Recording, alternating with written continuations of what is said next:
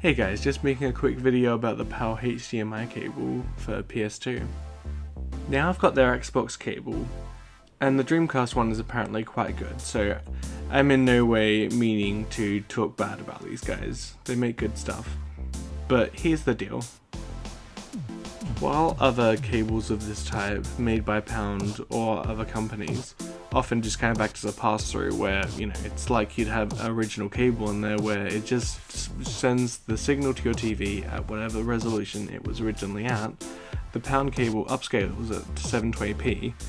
The reason for this is because most TVs don't like 480i through HDMI or the even lower resolutions that the PlayStation 1 would throw at it. So because of this, the cable upscales everything that it takes in to 720p so as to be the most compatible with TVs and with games. And to its credit, the cable does PS2 pretty well, tapping into that RGB signal, and it looks quite nice. The issue though is that this cable was made for NTSC consoles. In other words, American mainly.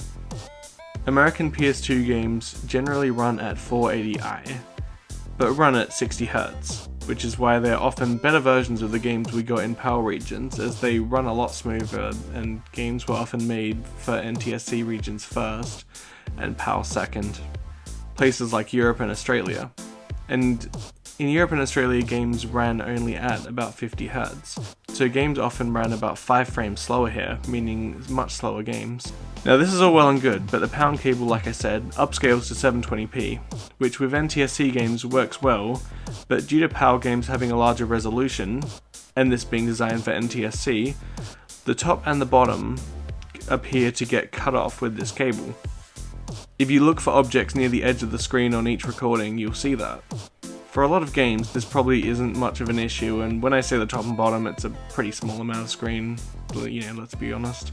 Most games were designed around the NTSC standard, and most have UI elements and gameplay far enough from the edges that this isn't really an issue.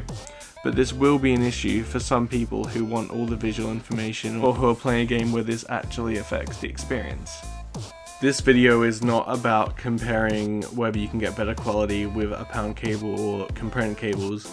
My component cables are just cheap ones that I got with one of my PS2s, and you can get much better looking video than what I've managed here.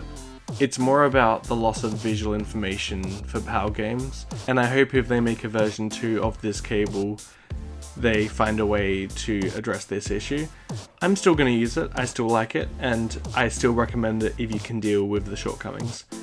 Anyway, here's a random glitch I found in Hero's Tale while I was recording this. A lockpick.